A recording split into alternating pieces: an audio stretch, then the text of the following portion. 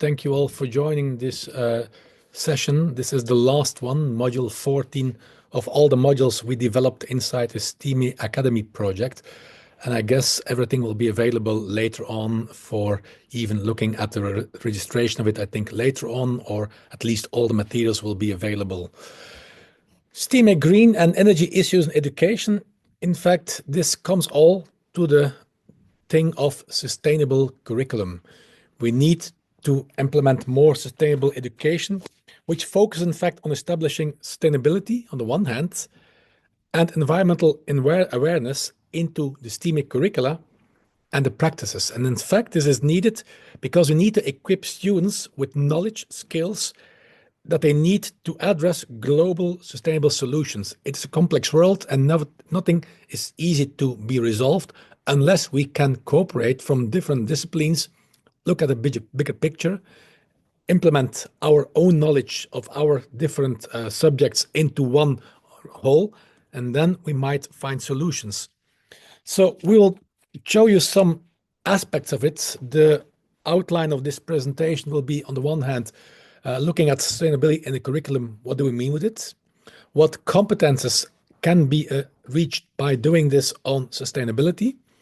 And then we're going to talk about some examples and always showing examples how it can be used in education, in STEAME education, on green technologies, environmental data science, green chemistry, sustainable computing, environmental management, climate science, and finally have a look at the L&C plans we developed.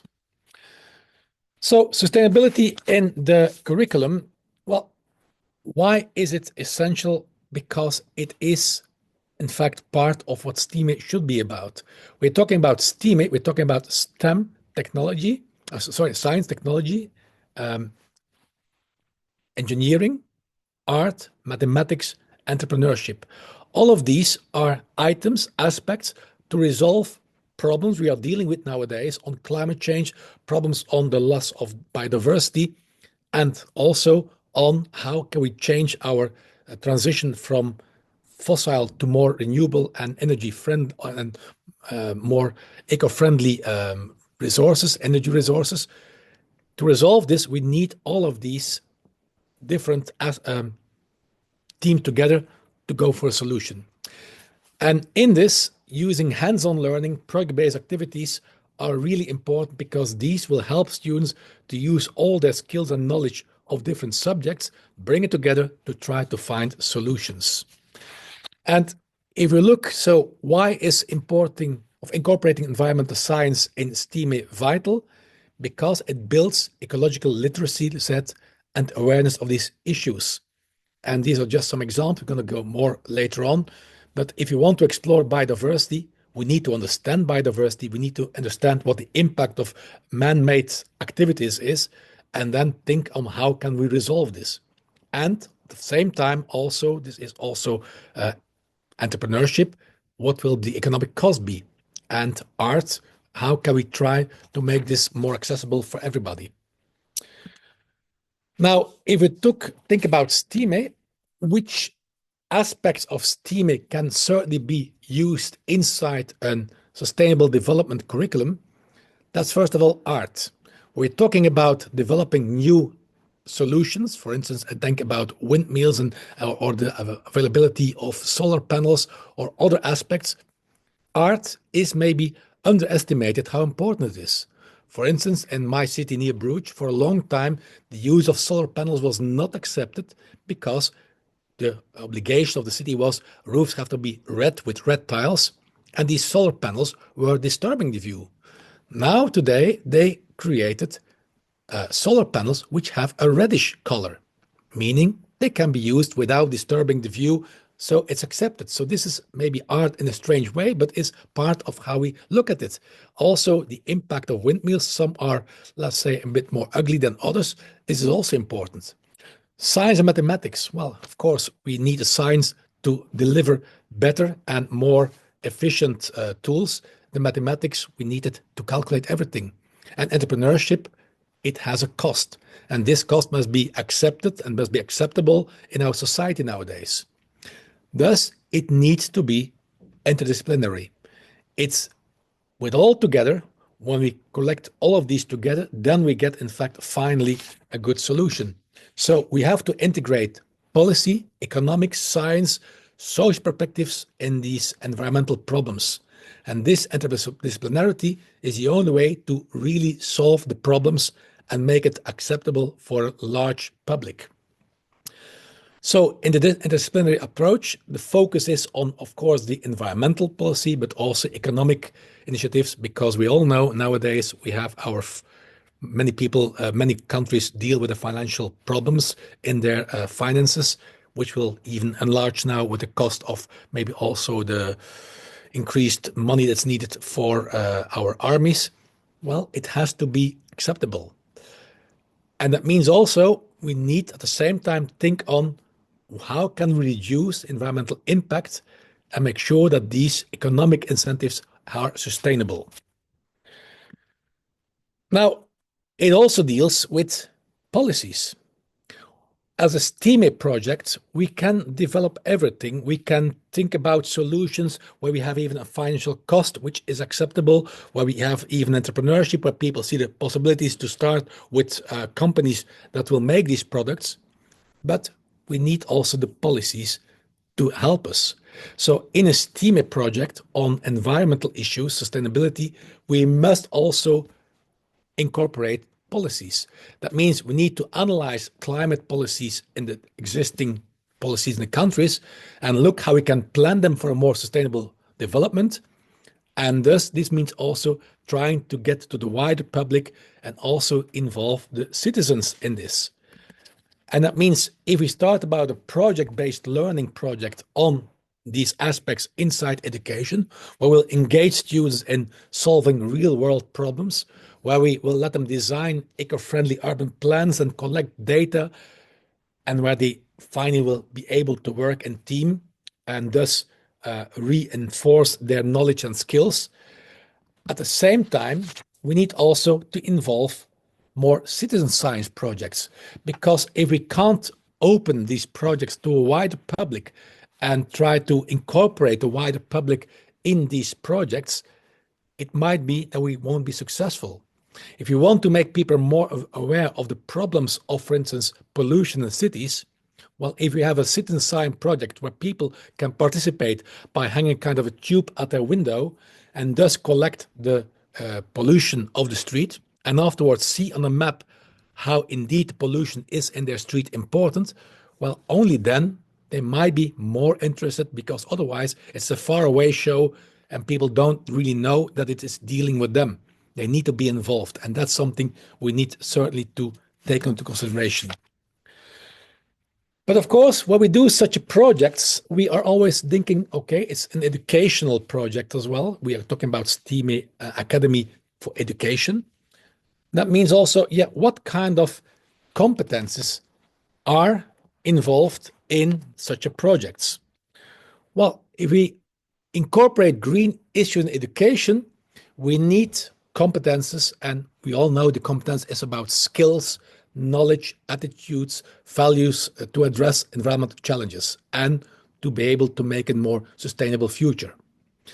Now, there's a lot of competence models available, and the latest one for this project or for this module, the most important one is the Green Comp. Maybe you heard about it, but Green Comp is one of the 4 competence models that the Commission has developed. In fact, the Green Comp is a sustainability competence framework that outlines the key competences needed to foster sustainable development. And it wants to equip the people with the necessary knowledge, skills, and attitudes to make responsible decisions that benefit environment, society, and economy. And if we look more in detail in that competence model, now we see that Green Comp consists of 12 competences into 4 areas, which are on the right here. The first area is embodying sustainable values, which means valuing sustainability. We need to identify how values vary among people, because my definition of sustainability or my interpretation is maybe different from yours. So we need to talk the same language. So we need to know, what do we mean with it? It's about supporting fairness. with the financial problems, we might go to a situation where we want to get the minimum price for everything, but this is not fair to people in other countries, mostly less rich or less developed countries, that have to survive from this small amount of money they get. So it's about justice, fairness as well. And it's about promoting nature. We all know that we are going the wrong way if we get away from nature. Humans, we are all part of nature. We can't survive without nature. Let's be honest, if we destroy ourselves by whatever stupidity that some people with power would do, Earth won't give any drop of tears for it. We'll all die. New layers will be formed, and a new, let's say, intelligent species will rule the world again. So we need to know we are just one aspect of this nature. We need to take care of it. The second area is embracing complexity and sustainability. That means talking about system thinking and problem framing, which is indeed the core, you could say, of a STEAME project. Third area is envisioning sustainable futures. How do we see the future? We need to talk about future literacy. What are, in fact, the scenarios we want to have for the future? Can we try, and this is where computer can be helpful, try to think what will be the impact if we change our attitude on this or this way? It has to do about adaptability, because you might have a fantastic future envisioned, but if it's not able to adapt by the public, it will be impossible.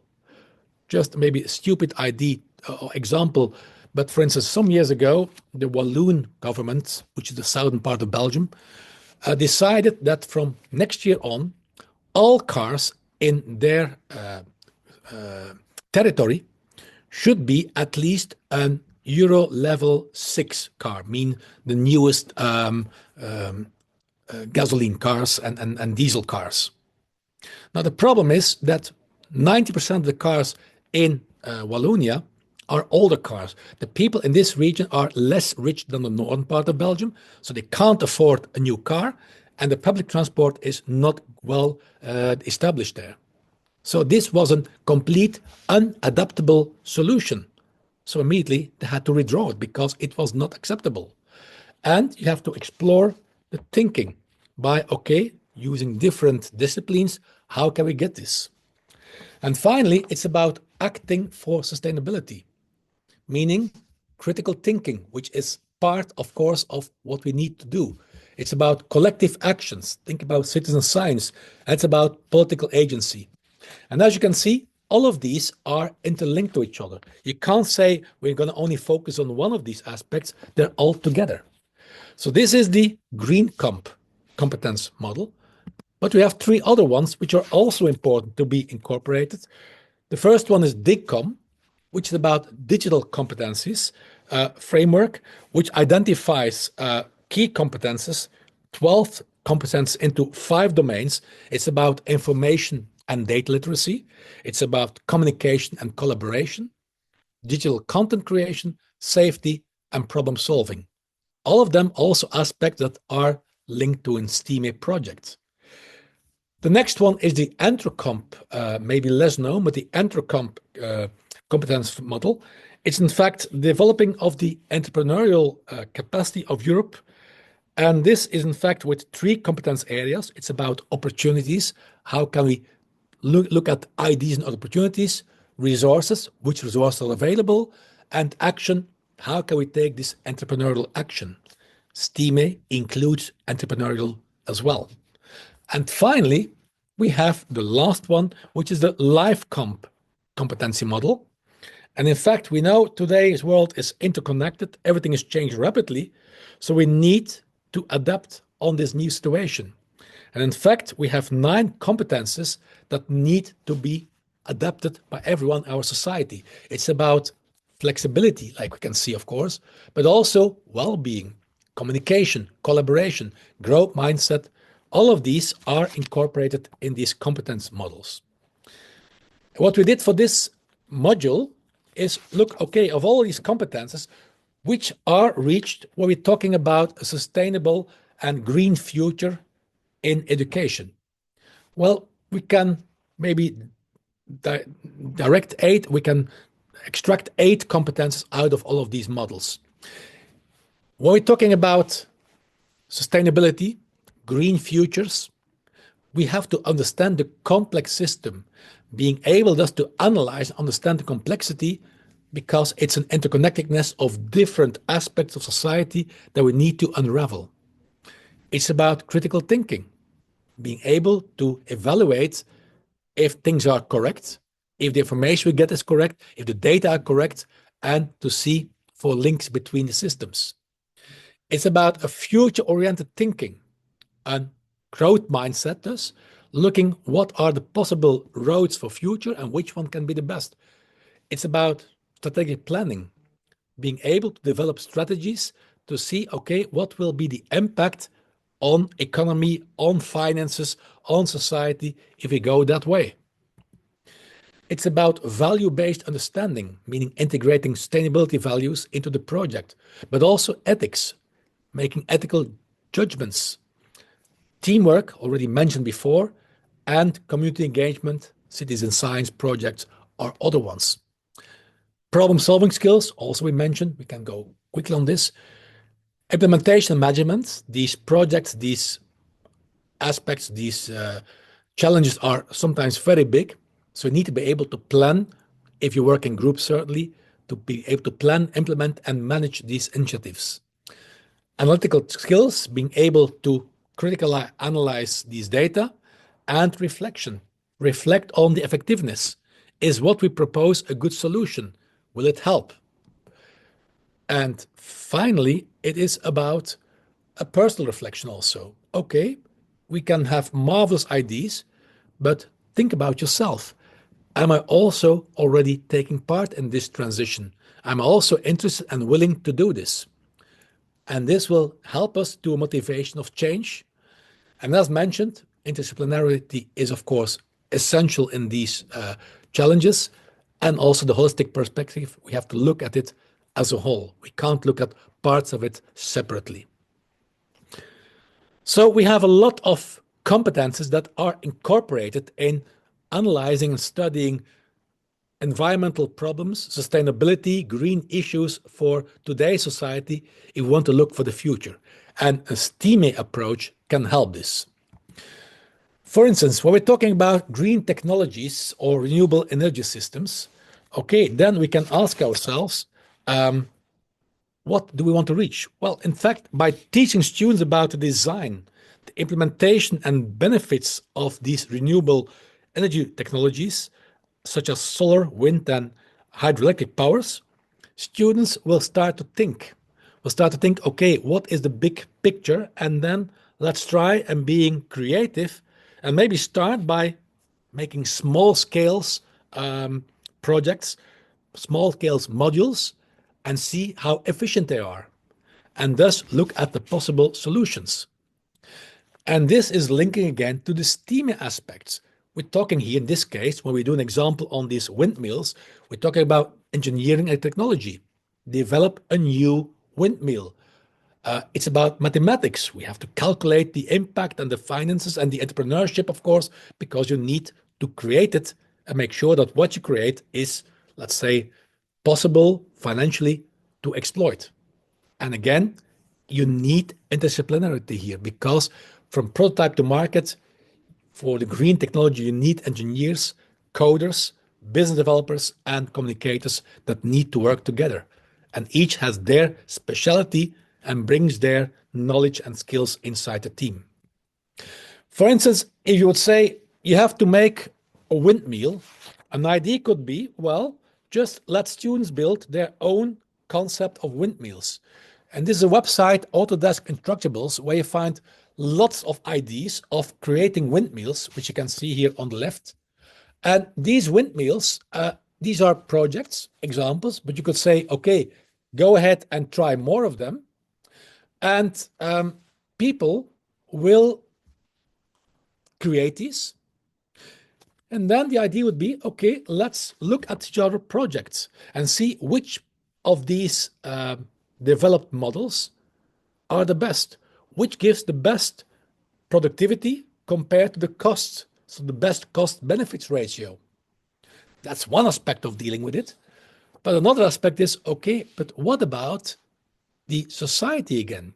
Because we all say we need to transition to green energy. So more windmills, perfect. Till we come to the situation that you get an information that near your house, they're going to build new windmills. Then the protest starts. And thus we can investigate using, for instance, GIS, computer geography, we can investigate what will be the impact of a windmill in our landscape. How many people will be confronted? And this example, I will show you the example like it was as I had it in a project in an exercise I did with my students. I'll just shift this, if I can, to the other. No, can't shift it. Okay, let's do it like this. So what I did is, in fact, this was an idea of having new windmills near the region where I'm living. And all the people in this area were starting to protest because I said it gives us noise issue, will give visual issues, the stroboscope effect. So I asked my students, well, let's investigate. And what they did here is this is a kind of a simulation of how these windmills would look in the landscape. You can hardly say they disturb the landscape, but more importantly, they had to analyze, take into consideration the height of the windmill and the angle of the sun. What will be the biggest circle of influence where the stroboscope effect could take place? You have to imagine, of course, of these circles, only the southern part can never be used, because if the sun is never in the north, so it's only 2/3 of this circle. And then you notice there are some small farms here that may have some days in the year a problem, but all the people living here have no problem. But all of these people are protesting enormously, and finally they reached their goal. The project have never been taking place. So this is an example of how we can not only look at the, let's say, the technical part, but also at the societal part. And here we see again the necessity to try to get the public behind you. Otherwise, it will never work. Another example is environmental data science. Environmental data science, it's about training students to collect and analyze environmental data using modern technology. And this might include GIS for mapping spatial data or other data to monitor environmental challenges and impacts. And students can collect this and then track maybe changes also in society and local biodiversity. And this is another example of how they could do it. For instance, here we have a possibility of creating their own weather station. And again, you could ask students, okay, we want to have as much of these weather stations as possible, so let's create them. Be creative. You have all kind of tools. Create small weather stations that are connected with the internet. So you have to think about how do we connect it, what protocols are we going to use. And finally, you come to the situation where you can map your own data. And all of these dots here on this map are small weather stations made by students, which are connected to the bigger network of weather stations in Belgium, for instance. And each of these stations, I can monitor and analyze weather information of the past. And then I can connect this with official data of the European government to see, okay, what's the impact? If this is going on for a long time, I can analyze here, for instance, the urban heat effect. I can analyze the global climate change and see the increase in temperature and link this to more other problems like the heat wave risk in cities. Again, technology combined with society and finally also policy.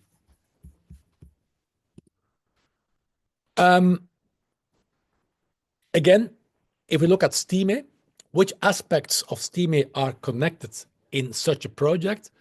Well, of course, science, you have to understand ecological and climate systems.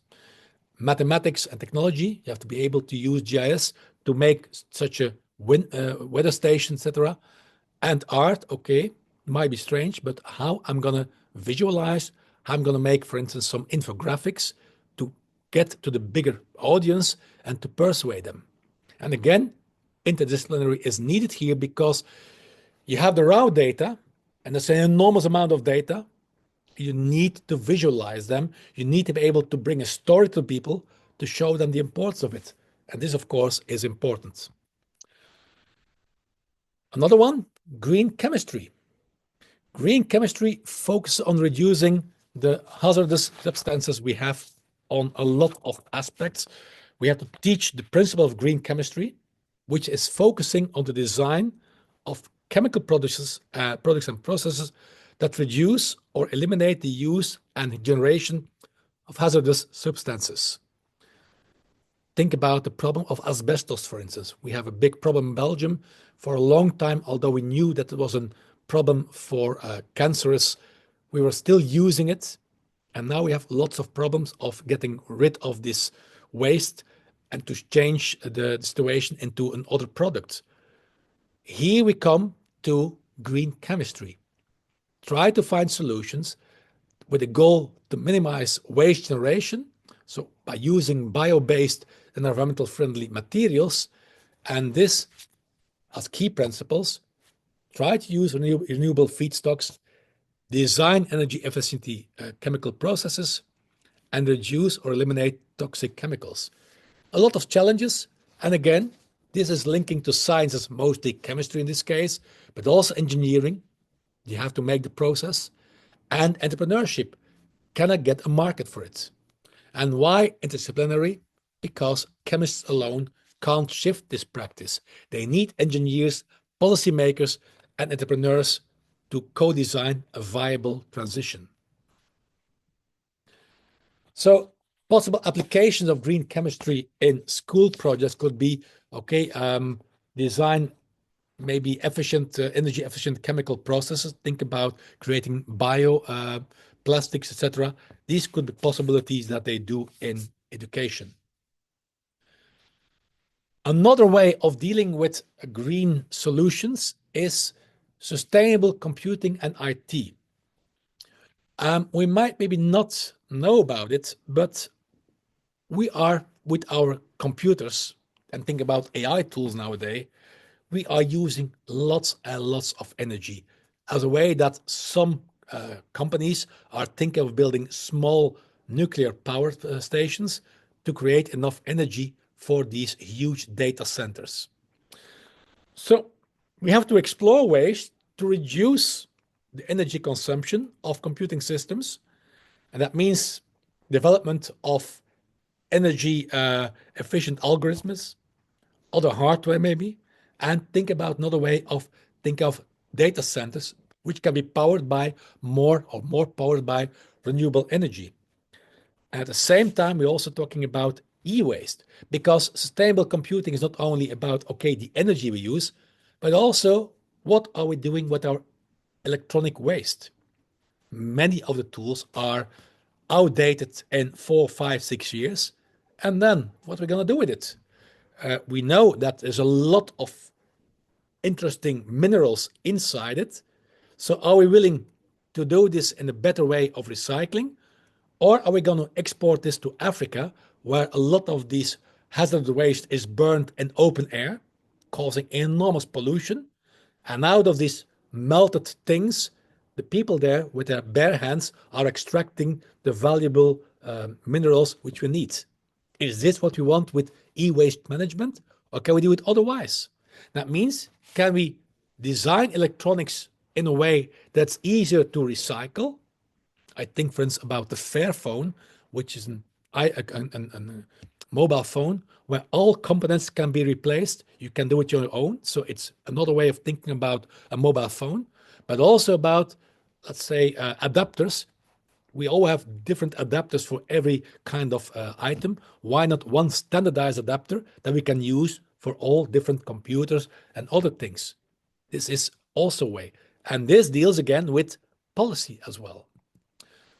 So when we're talking about sustainable computing and IT, we're talking about technology and engineering. How can we design energy efficient hardware and software? It's about mathematics. We can, with good algorithms, make sure that there's less energy needed. And it's about entrepreneurship. If people start with a business, think about the eco-consciousness as well. And as mentioned, we can't do it alone. It has to be interdisciplinary. An idea could be like this. It's from the Science Buddies website I found this. It's a project where people will analyze what are we doing with our e-waste. And it's a project where people have to make an inventory of what is happening with it, what part is recycled, what not, and try to find solutions to make it even better. Now we come to environmental planning and urban management. And these are a bit connected because we all know the majority of our society is nowadays, I'm just going to get rid of these annotations here, which I have on screen. Don't know if you have them, but I have them here. Okay, that's okay. We have to think about a sustainable urban development. Majority of our population worldwide is nowadays living in a city. It's more than half the world population.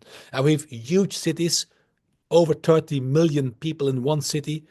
Think about Mexico City, think about cities in Africa, in Southeast Asia, but also in Europe, we have huge cities. And these cities are not modern mostly. They are grown over centuries, and they are not prepared for our climate change or for a shift to a more sustainable urban development. So we have to think about urban planning. At the same time, certainly with climate change, think about what resource management has two key focuses inside this program. So if we look at it, here again, we link with a lot of STEAM aspects. Science, we have to understand the ecosystems. What is happening in the city? What is the impact of flush flows in the city? What is the impact of this huge use of electronics, etc.? Think about the use of air conditioning in the summer. What is the impact of this? And this air conditioning is cooling inside, of course, but bringing that heat outside on the street, which is increasing the heat on the street at the same time. So can we maybe design more sustainable infrastructure and user-friendly spaces? And we need mathematical technology. We have to model traffic, the water usage, energy systems. And if we work with all of these together, we might find solutions for a better understanding. So that means principle green buildings, sustainable transport systems, and creation of green spaces. Singapore is already dealing with this. They also have a big problem, they know, with the sea level rise. So they are now also focusing on reinstalling the mangrove forest around the city to protect from heavy storms. And Copenhagen is a fantastic example of, let's say, combining different uses of space. Copenhagen knows that whatever you do, you can recycle plastics, but not everything can be recycled of plastics, we all know. So instead of sending it, like many countries do, on a ship abroad, being East Europe, where it's burned in open air, let's be honest, or into Africa, where it's also burned, they say, we're going to burn it ourselves. But in modern incineration installations, which have the best air filters, so that the, let's say, pollution filters, so the air out of these chimneys is almost 100% pure. So we have, on the one hand, we have our energy production. We are making sure there's no pollution. At the same time, well, let's try also at the same time to give this another use. So the roof of this incineration facility is a place where in the wintertime you can go skiing. So combination of, and by having this green infrastructure on the roofs, you are also dealing with preventing the heat effect, because green is absorbing more energy, so it's better. So it's reflecting also, it's better against this problem of heat effect. So what we could do with students is, okay, we have to think about what are the possible things we are talking about, and then we can have different phases of achieving a sustainable urban economy, entrepreneurship in this case, and then think for solutions where again we can look at the input of different sciences, technologies to look for a solution. The same with water resource management. We know we have a problem that we have a lot of wastewater. We have a system, certainly in Belgium, where we are not having enough water which is infiltrating in the soil again because we have too much concreted surface, and that's a problem. So we have to look about, okay, but what about rainwater?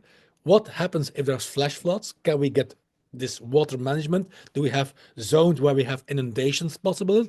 Can we reuse more and more water? So we have to think about maybe creating our own water purification system. So the water resource management is about techniques for sustainable water management, including design of efficient irrigation, wastewater treatment, and conservation practices. So here again, this is what we need for sustainable water management. We need to look at wastewater treatment, surface water, groundwater. What is the water demand? What are people needing every day? What is climate change affecting this? Do we have partnerships, public-private? What is the law? What are the policies, regulations? And then think, what is possible? And to reach this, well, we can start with some small examples. Give students a task in a STEAME project to how we can collect our balcony rainwater, at the same time also purify it so it can be used in a better way. Because this map is showing how the water scarcity in Europe is big. And the darker the color, meaning the total use of water in renewable energy. That means if it's very dark, a lot of water is reused. But I see a lot of areas in Europe where we have, let's say, less than 5% of the water is renewable. So it means we always use new fresh water. This is no solution. So here again, by using these GIS tools, technology, informatics, computer, we can get a bigger picture and then try to find solutions. And finally, of course, we talked about climate a lot of times. We need to understand better how climate is working. So we need to study Earth's climate systems. We need to understand it and see how it's changing. So we need to know the causes and the impact of climate change and look at mitigation strategies that are possible. Again, this links to a lot of STEAME aspects: science, climatology, atmospheric physics to understand it, mathematics, technology to predict models, and again, art. If we want to bring it to the wider public, we need to influence people, and you do this by making it visual and understandable for people. And again, it needs to be done interdisciplinary. You can't do it only with the models. You need to be able to talk about it and to advocate for change. And we have a lot of tools for this. That's something we know. We have all our satellites around the world. We have lots of instruments that are collecting on a daily, let's say hourly base, information about climate change. So we can analyze temperature over decades. We can see the effects of afforestation. We can predict outcome scenarios. There's a lot possible. For instance, this is an outcome of a project we did some years ago. It's a data dashboard, which is based on the observed temperatures in Europe over a period of 30 years. When we talk about climate, we always talk about 30-year periods. And in this case, this is situation from the average from the period 61 to 90, 71 2000, 81 2010, 91 2020. And what you see for the same area, the mean temperature has risen with 1 degree. This is science. This is no alternative facts. This is real facts. So we can start with real facts. We can start looking at it, and out of it, we see where the more vulnerable places on Earth are. And then we can start thinking for solutions. This is a program called EUROGEO, which can be found online. And here we have a lot of variables on energy supply, transport, and this is the base scenario. And the base scenario is, if we look at this, well, according to this EUROGEO program, if we keep like we have nowadays, so the status quo, that means that by 2100, temperature on Earth will have risen about 3.3 degrees centigrade. If we want to keep it below 2, That's our aim. If we want to keep it below 2, we need to change. And here you can change all of these variables and see what the impact is. But then again, if you want to change them, that means more energy efficient transport. That means, okay, how are we going to change it? And here, STEAME is important. What technology is available? What resource do we need? If we say, okay, we want to change the agriculture emission, but we need also to produce food, what will be the consequence? So here you have a very nice overview of all the aspects of dealing with, let's say, society and technology and politics to deal with climate problems. So these are the different aspects I talked about. There's one more I want to show you is we have been working in this project, the STEAME Teacher Academy, to create learning and creativity plans that can help to work in school situations. So we created, for in this case, are 2 examples, one about the Gulf Stream drops, what will be the consequence if the Gulf Stream is no longer there, or about the urban heat effect, where we combine different aspects of STEAM, you can see, and where we have, in fact, a complete document, which in fact many pages long, and each document, because we created a lot of these learning and creativity plans on different levels, a light and a more expanded level, and every of these is dealing with, first of all, an overview, what is it about, a link to the STEAM Academy framework, which is in fact this. It's about, okay, teacher geography, what will they do? The other science teacher, what will they do? What will the informaticals do? And here, what are the different steps in the action plan that we're going to use in this learning and creativity plan? Next one of these documents is the objectives and methodologies. What do we want to reach? Preparation and means. What do we need to prepare this activity? And finally, implementation in different stages, different aspects is mentioned. How much time do you need for everything? And finally, the resources to do this exercise. These are the outcomes of our STEAM Teacher Academy that will be available on the website soon, and not only in English, but in a lot of languages. In fact, all the languages of the project partners in here involved. So this is, in a nutshell, what we did on the aspect of climate, green issues,